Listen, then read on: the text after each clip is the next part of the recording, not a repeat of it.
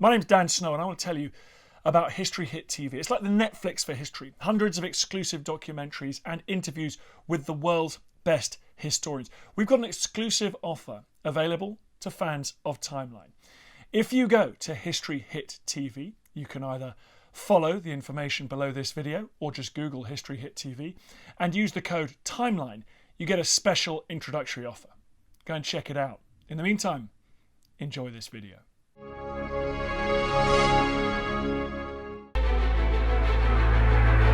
Europe at the beginning of the 20th century was a seething mass of tensions. Advances in technologies brought about unimaginable destruction. Old regimes were clinging on to power, and new ones were eager to establish themselves. Many of the citizens of Europe were forced to decide which moral compass they wished to adopt. Families became fractured, and none embodied this split more than the Mitford sisters.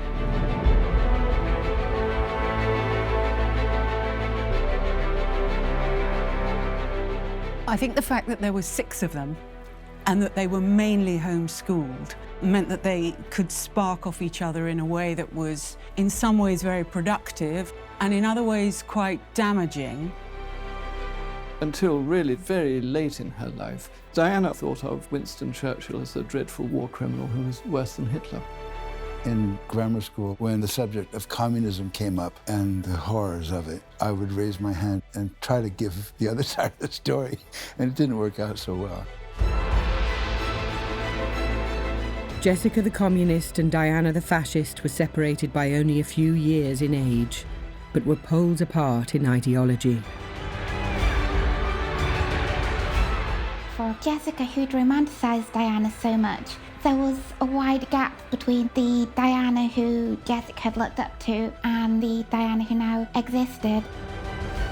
They had a zest for publicity at any cost. Diana would have been perfectly capable, if she'd been a normal, sensible person, of living quietly in Paris and not always picking quarrels with Jessica in public. And she, likewise, wanted to go on attacking her sister as an old Nazi, so that they both enjoyed the publicity. That was what they were like. The rivalries and the interplay of it was just almost infinite. It started out as this rivalry. I'm a red, you're a Nazi, but it wasn't serious, and when it became serious, it became horrible. Like so many others of their era, their personal and political lives became so entwined that they ultimately shattered the once strong and loving bonds of sisterhood.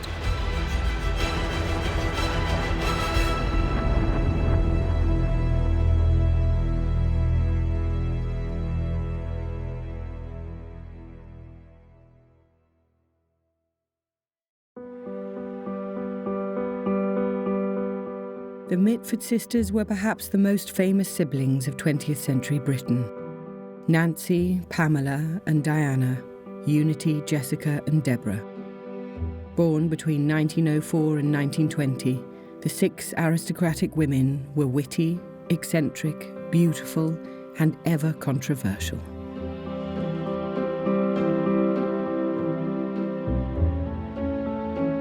But they were far from a pack of duplicates. Fiercely competitive, each sister sought out her own distinct identity and clashed with the other siblings as a result.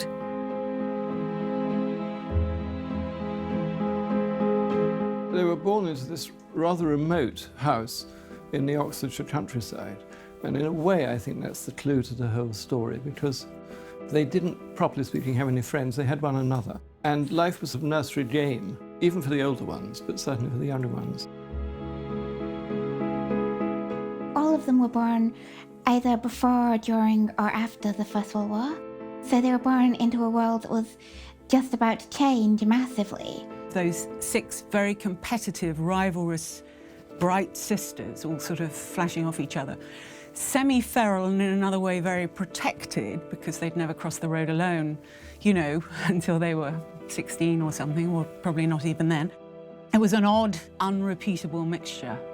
They had no proper friends and no entertainment. So all family entertainments in these English country houses were in the family, and you showed off like mad, and you did charades and you did silly acts and tricks. They carried that on into public life. The family did not possess vast wealth. The Mitfords' father, Lord Redesdale, was an energetic and theatrical personality, but had little financial sense. His money troubles repeatedly forced the family to sell off land and other property. They eventually settled in the village of Swinbrook, Oxfordshire, in a house Redesdale built himself. There, a new dynamic developed among the later Mitford children, Jessica, Unity and Deborah. They made up their own languages, formed secret societies, and played silly pranks. But for Jessica, the glamorous Diana was always her idol. I don't think it's possible to think she looked at Diana other than with huge admiration to start with. I think Diana had a huge effect upon everybody, pretty much, who ever met her, which includes me. I met her not long before she died, and I've thought about her probably every week since. She could have charmed Karl Marx, I think, even though her politics were somewhat to the right of his. And she was very warm and very funny. Jessica slightly hero worshipped her, I think, partly because she was the most beautiful, and partly because she was infinitely the cleverest, and she was very widely read in European literature and so forth. Jessica said she was like the perfect older sister. She had this marvellous sort of moon goddess look, this incredible dynamic serenity about her. She had every gift a woman could have. I think any young girl in that situation would look up to her older sister. It'd be difficult not to. I mean, her older sister was living this life of glamour, of freedom. It seemed very perfect and very romantic to her.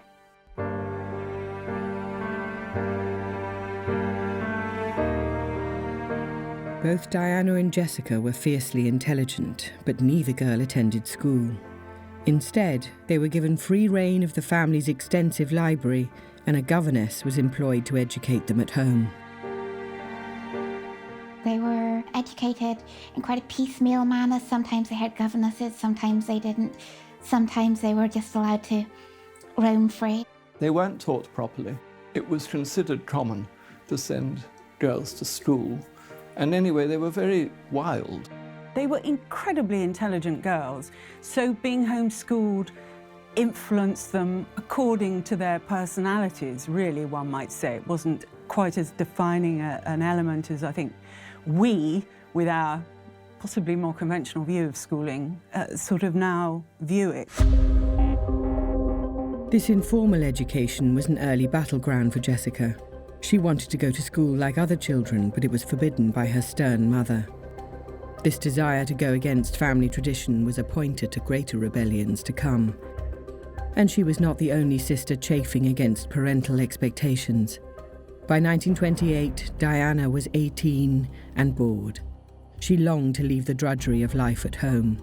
Already a renowned society beauty, she knew the power she could wield over men. This would be her escape route.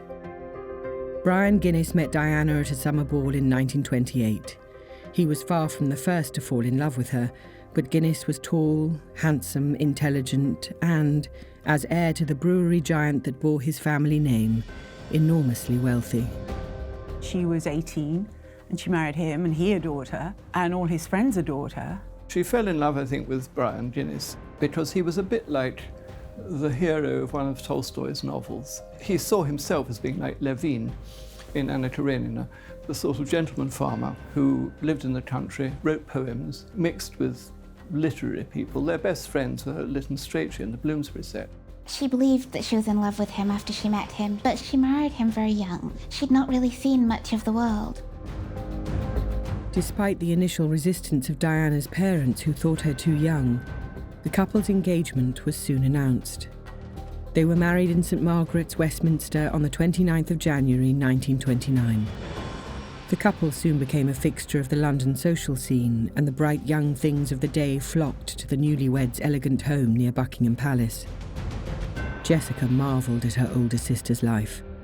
Diana had the looks, the wealth, and soon the happy young children too. But it was, if anything, too perfect. She very quickly found him boring.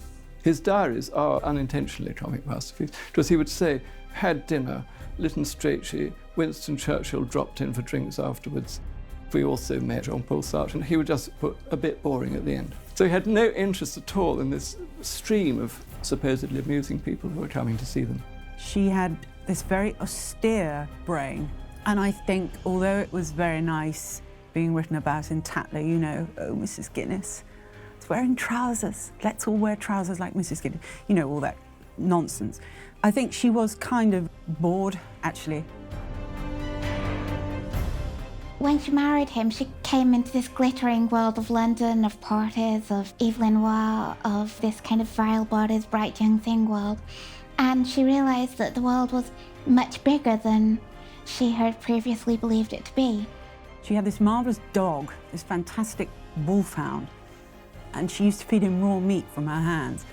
And that almost felt like a symbol of what was really something more earthy that she wanted. And then, of course, she met Mosley. It was at a lunch in February 1932 that Diana met Sir Oswald Mosley. Mosley had once been the youngest MP in the House of Commons, but by 1932 he had abandoned first the Conservatives and then the Labour Party to strike out as leader of his own political organisation. Inspired by the Italian dictator Mussolini, Mosley christened his new party the British Union of Fascists. Diana was soon intoxicated by him. Her future, that of her sister Jessica, and the whole Mitford family would be changed forever. Born into privilege, Diana and Jessica Mitford had grown up in the aristocratic world of the 1920s. To the young Jessica, it must have seemed that Diana had struck gold when she married Brian Guinness in 1929.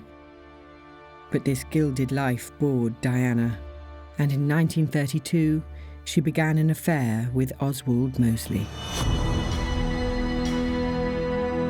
Oswald Mosley had been the rising hope of the Labour Party. He was Chancellor of the Duchy of Lancaster in Ramsay MacDonald's cabinet, and he'd been a war hero, and he really believed in socialism as the answer for the dreadful poverty and social problems which faced Britain after the First World War. Obviously, he was a sort of power maniac as well, and one could say a very unpleasant individual.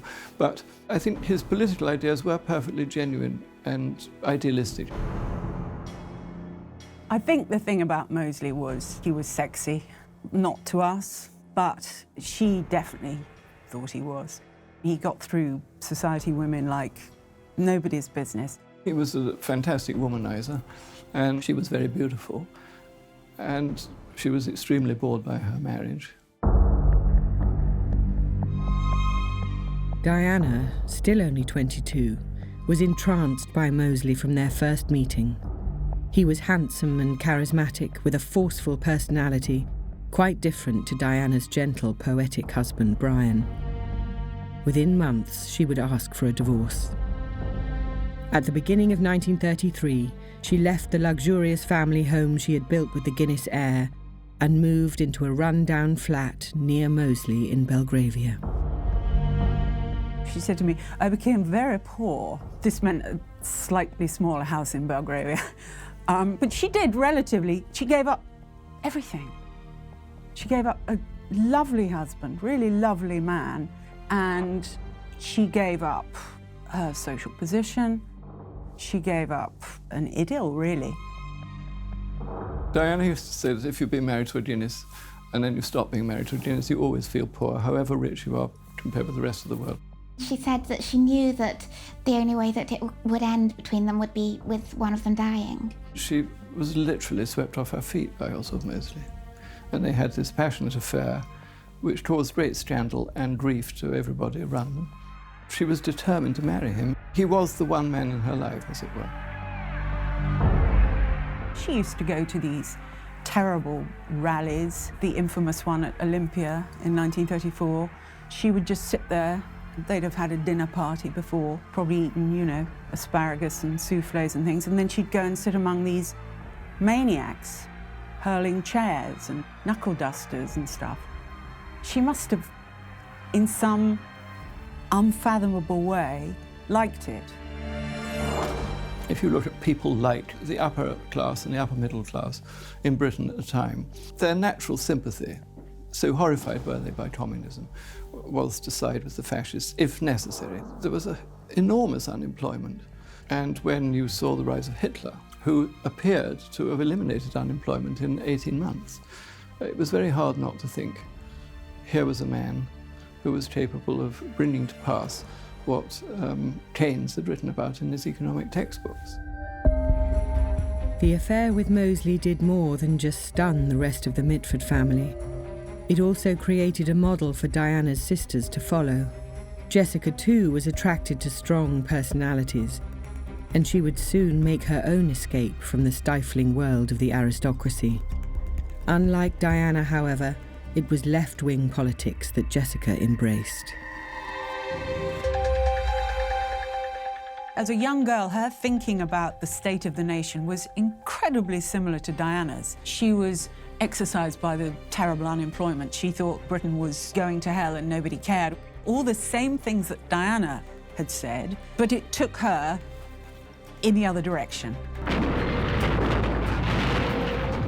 The whole development of what was going on in Spain, what was going on in Germany, what was going on in Italy, you couldn't sit back and be indifferent to it if you were a person of any sensitivity or intelligence. The 20th century was defined by these polarizing forces of communism on the one side, fascism on the other, and the sisters were to become very subject to these forces. I think there are certain moments in political life. The English Civil War is one such, where one side of the family might be supporting Oliver Cromwell and the other the king.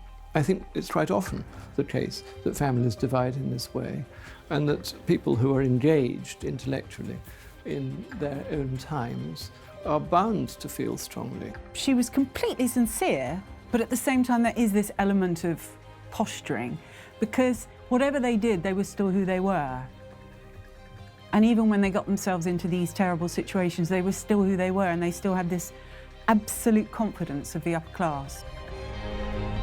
Jessica's childhood idolization of Diana gave way to bitter opposition. She became an angry, rebellious teenager, defining herself against the extreme associations of not only Diana, but also her sister Unity. Jessica and Unity had been mischievous co-conspirators in childhood, as close as sisters can be. But in the 1930s, as Jessica explored socialist politics, Unity became obsessed with the Nazis. Their shared room at home was soon decked half in swastikas and half in communist banners. It started out as this rivalry. You know, I'm a red, you're a Nazi, but it wasn't serious. And when it became serious, it became horrible for my mother. Unity got in very deeply. She got in far too deep. Unity was out there, she had her flat, she was learning German. She kept going to a restaurant where Hitler had his lunch, and she just sat there waiting for him to call her over to the table. And she's like this breathless teenage crush.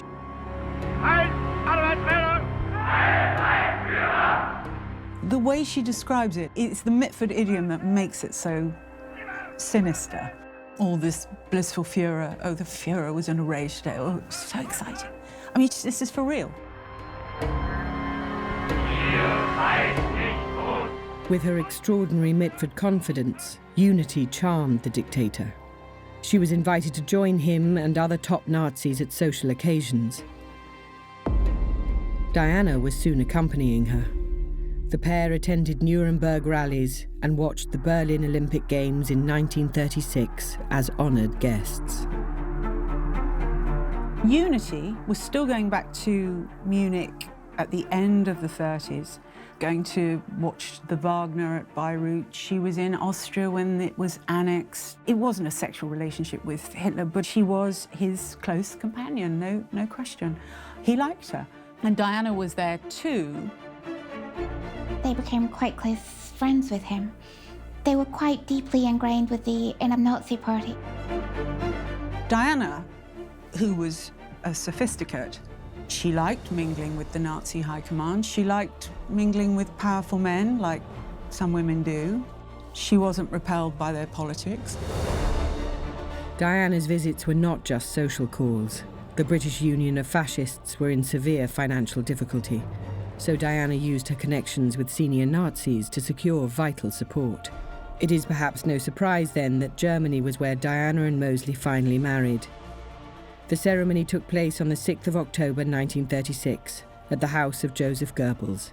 In attendance was Adolf Hitler, whose wedding present was a signed photograph of himself.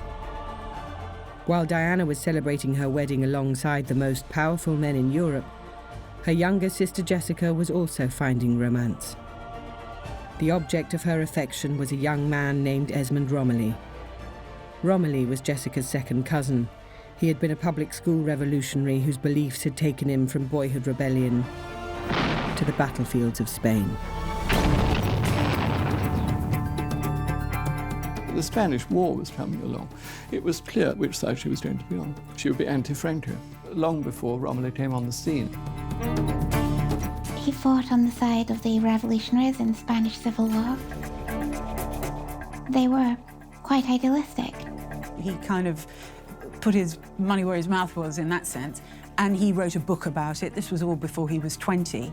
And so obviously, to Jessica, he was an incredibly romantic figure. She was fired up by the cause that he embodied, and the two together was dynamite. On their first meeting, they were immediately captivated by one another. Jessica asked him to take her back with him to Spain. He agreed. They quickly hatched a plan to run away.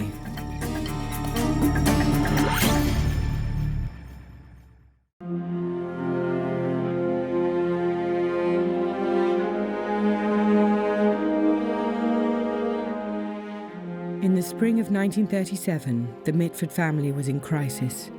They were already a fixture in the tabloid press thanks to the exploits of Diana and the Hitler-obsessed Unity. Now the newspapers had a fresh scandal.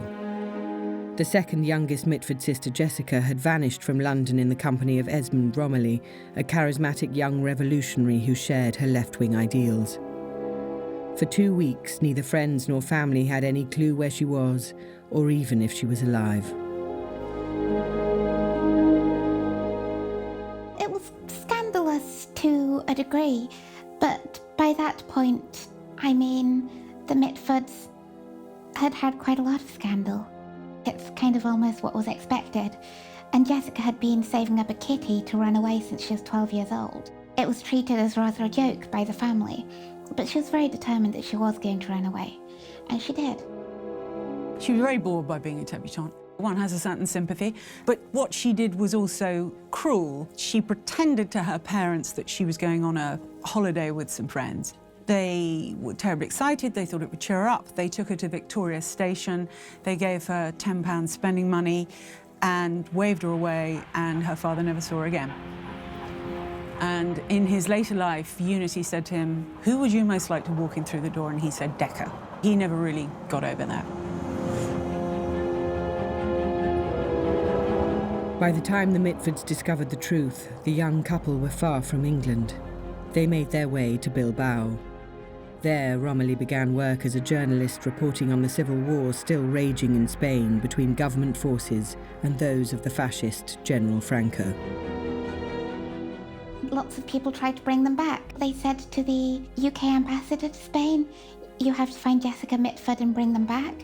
And he sent a message back saying, "Found Jessica Mitford, bringing her back is impossible." Churchill was involved, everyone was involved. This is the thing, they were still who they were. You know, everyone was worried about if they'd just been two of the kind of people they purported to want to be, i.e. ignored working classes, they would never have had the attention and the care that they had. Finally, the efforts of the British consul in Bilbao did convince them to leave, but Jessica and Romilly refused to go any further than southern France. By now, Jessica was pregnant, and the priority for the Mitfords changed. She had to marry before the baby was born. So it was, on the 18th of May 1937, that Jessica and Romilly wed in Bayonne in the south of France. They finally felt able to come back to England, but they did not return to the comfortable lives they had enjoyed before. Instead, they settled in Rotherhithe, a working-class area of London. There, a few months later, Jessica gave birth to a daughter. In 1938, a measles epidemic swept through that part of London. Jessica had never contracted the illness. Her sheltered upbringing had protected her from it. Tragically, this meant she could not pass on immunity to her baby daughter. The little girl died, aged just 5 months. Just her grief is very private, and she doesn't want to have a display of it. Her outlook is very healthy, in my opinion. The funeral, none of the family were allowed to go. They were kind of living according to principles, because if they'd been working class, their baby could have died just the same and nobody would have helped them. But what were they achieving? What were they proving? It is very like when Diana went to live in Eaton Square and waited for Mosley to come round and deign to see her.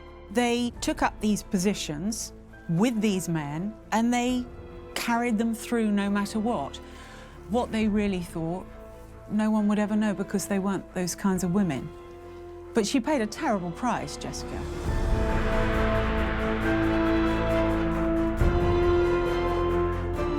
In their grief, Jessica and Romilly fled England once again. This time they headed for America. The Europe Jessica left behind was heading for war. This was Diana's nightmare. As late as July 1939, she was in Germany assuring Hitler that she and Mosley would continue to campaign for peace as long as that was possible. The prospect of war was even more alarming to Diana's Hitler-obsessed sister Unity. She could not bear the idea of conflict between the two countries she loved. So, after Germany's invasion of Poland made war with Britain inevitable, she went to the park in the centre of Munich and shot herself in the head.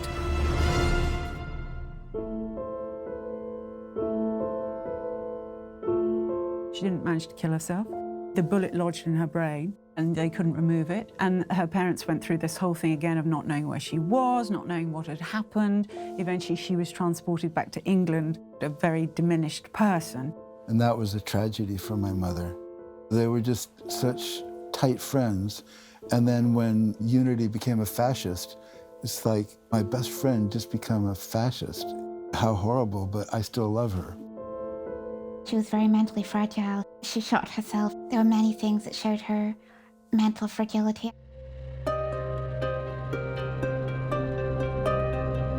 In January 1940, the recovering Unity was finally sent back to England via neutral Switzerland. She had little understanding of what had happened to her, or why the British people now hated her so. The bullet lodged in her brain had reduced Unity to a state of permanent childhood. But she was not the only Mitford sister despised by the public.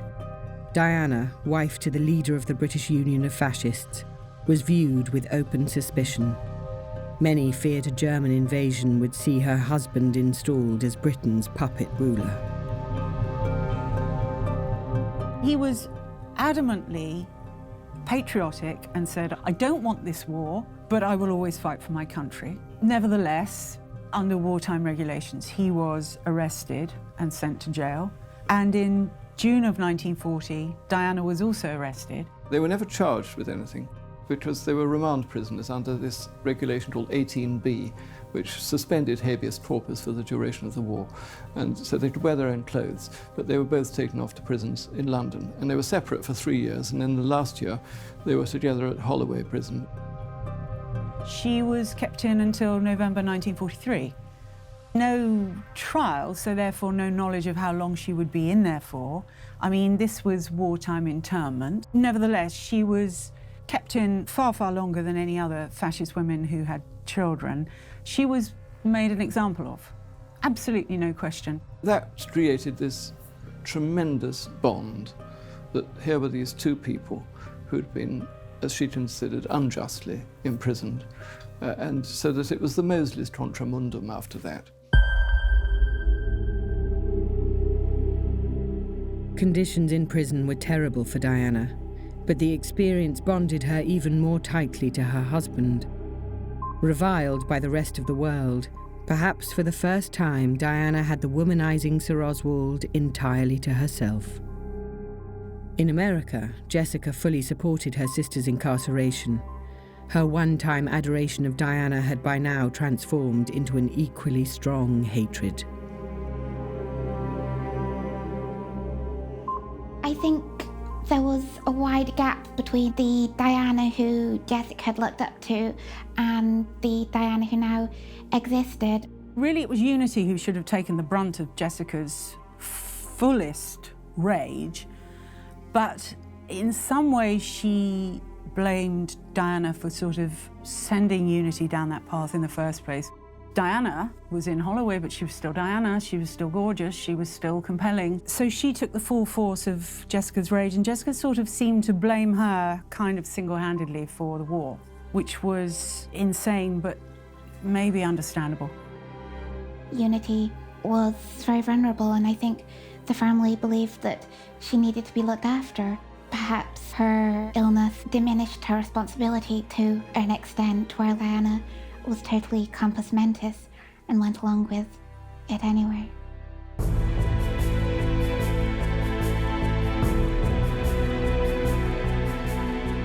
Jessica's only contact with her family was now through letters.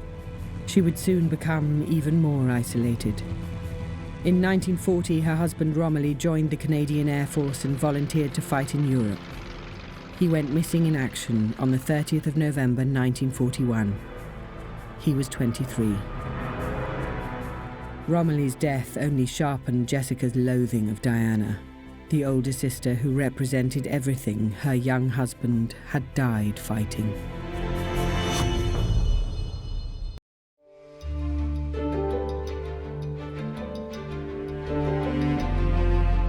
Diana Mitford and her husband Sir Oswald Mosley were released from Holloway Prison in November 1943. Their incarceration without trial or charge had divided the country. Many were firmly opposed to their release. Among the angry protesters were Diana's sisters, Jessica and Nancy.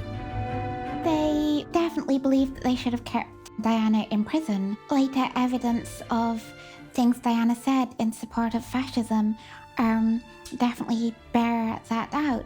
Nancy went back to the Home Office and said, I'm not sure about this, I'm not sure you should be letting them out. The British ambassador in Paris, Gladwin Jebb, told Diana, do you realise the reason you got sent to prison during the war was that Nancy had shocked you? She'd been to Churchill and said, I think Diana is a national security risk and you should lock her up. And Diana was absolutely appalled, but she kept it a secret. Nancy had the face to say, oh, Jessica, you really shouldn't have done that, darling. Nancy was, she was a snake. But Jessica was open about it, full on about it. And what she then did, she wrote an open letter to Churchill saying this is a slap in the face for anti-fascists, and I'm appalled. She simply was iron about this. By this stage, the sisters had not spoken in years. The end of the war in 1945 brought no reconciliation, and even their common grief at the death of their beloved sister Unity in May 1948 did not heal the rift. Jessica remained in America. There she forged a new life with left-wing activist and lawyer Robert Truhaft. He, after the war, became a human rights lawyer. He was Jewish, which she probably quite liked that fact, given her family history. And he had to write to his mother saying, don't worry, she's not like her sisters. Well, he laughed at the whole Mitford thing. He loved it, he just thought it was funny. It was a glorious time to be alive in the United States, because the civil rights movement was getting going and she threw herself completely behind that. The good old cause, as she called it, the sort of left-wing cause, continued to occupy her, whether she was campaigning for civil rights for black people or whether she was anti the Vietnam War. There was plenty to campaign about and march about. That was everything. There was them going off to meetings That was them, you know, living in integrated neighborhoods. That was my father with his Harvard law degree, making so little money that he wrote in a letter of apology to the alumni saying he's really sorry that he's brought the average down quite a bit because everybody else was making, you know, 100,000 a year and he was making 10 or 20,000, defending black defendants, because this is what the Communist Party was doing, fighting against police brutality against blacks and against police brutality against communists. Her politics mellowed to being a Democrat, really. But she took up the causes of her husband. She became active in civil rights, and then she became a campaigning journalist and writer. Her left-wing politics drew unwanted attention. It was the era of McCarthyism in America. Public paranoia about Reds was growing. In this climate, Jessica's unrestrained communism led the FBI to put her under surveillance.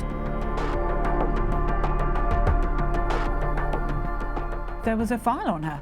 She was a serious sort of potential enemy of the state, rather, oddly, as Mosley was in Britain when he and Diana were released. But he was viewed with the same sort of suspicion, rightfully so. It was almost a similar situation to Jessica's in America. It was assumed we were bugged by the FBI, but it was also assumed that it was kind of stupid and funny. We weren't terrorized by it like many other people were, you know. Diana and her husband were still pariahs on account of their fascist beliefs. Unable to stand it any longer, the couple moved to France. Diana and Jessica would meet only once again in their lives in 1973, when the siblings gathered to say goodbye to their older sister, the novelist Nancy Mitford. She had a cancer. They didn't diagnose it for years, Hodgkin's lymphoma. She went through absolute hell. Horribly painful, endless operations, and it was all pretty gruesome, and it went on for months. Jessica did come over from America to see her, and that was when she saw Diana. Jessica and Diana were completely at one. They weren't just being polite, they felt absolute harmony together. I sometimes think it's a bit like the football match in the trenches between the British and the Germans, getting on perfectly well, and then on Boxing Day, they went back to bombarding one another. And similarly, as soon as Jessica went back to the United States, she continued to hurl insults across the Atlantic to Diana. And Diana was constantly accusing Jessica of being spiteful or of lying. Spiteful was just a word for non-fascist in Diana's vocabulary. All the sisters were great letter writers, exchanging hundreds with each other throughout their lives. Nancy was always the author of the family, and her early novels, The Pursuit of Love and Love in a Cold Climate, were thinly veiled autobiographies. But in 1960, Jessica went one step further and published her own memoirs, Hons and Rebels. It's a very good book, and she was a very good writer. But it's a little bit naughty in a way, because she did have her cake and eat it. The family hated the book. Everybody knows how unreliable all the Mitfords' accounts are of the childhood when Hons and Rebels came out. The other sisters all said, oh, well, you've made it all up, darling. All the stuff that Nancy had put in The Pursuit of Love, she kind of used all that and got the mileage out of it, and then said, oh, but aren't they all frightful? I'm not like that. I'm absolutely lovely because I'm left-wing and I don't have really much to do with these awful people. But nevertheless, I'm going to tell you about them because they're quite good copy.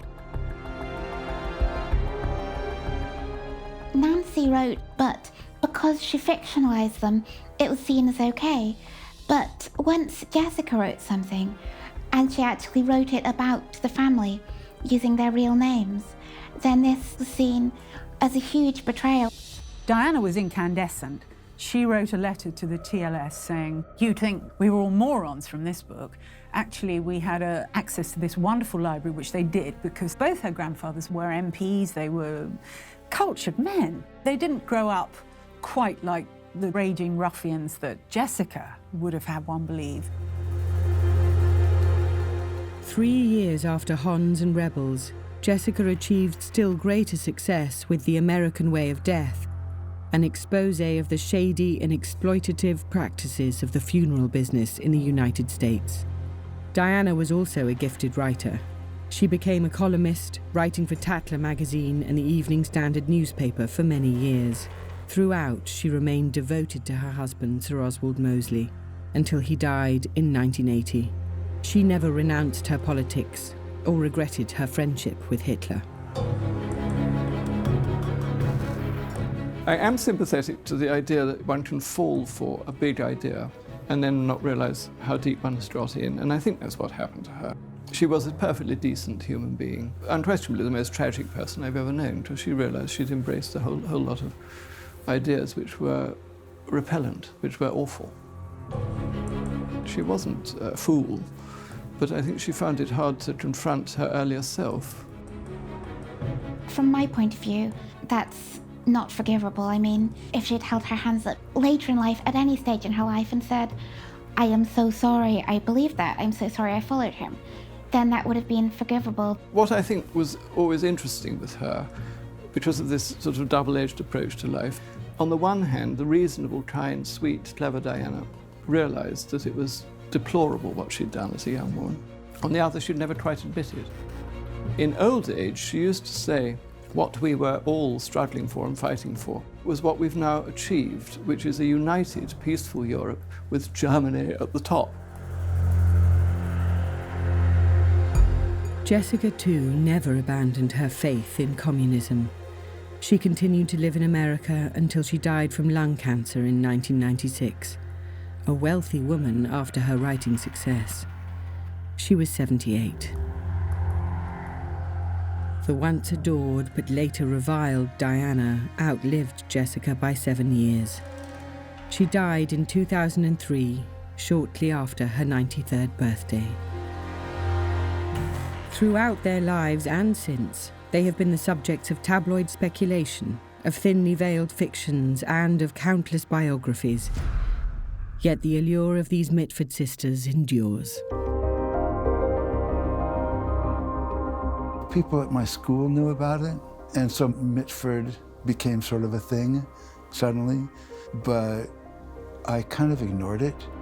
I don't know what's in this weird British mind that causes them to be so fascinated by my aunts. It's a really complicated legacy, isn't it? It's very light and dark. There's froth, and then there's this darkness, there's this tragedy. They're this beautiful family, and it is sort of like a Nancy Mitford novel. You know, you have this kind of very comic setting, these very relatable, lovely comic people, and then suddenly they do something massively inappropriate.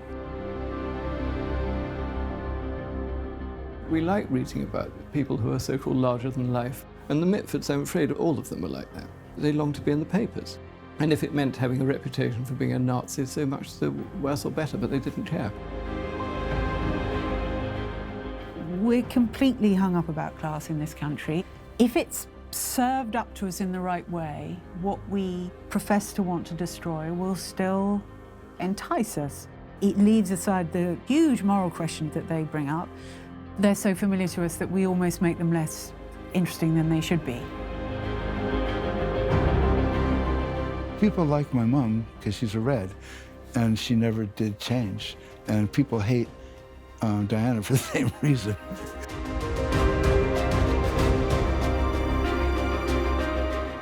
They were extraordinary women living in extraordinary times, but their appeal rests not on their achievements alone, nor on the monumental events they witnessed. For the lives of Diana and Jessica were shaped most by experiences more familiar to us all, the trials and joys of family, of love, of grief, and of sisterhood.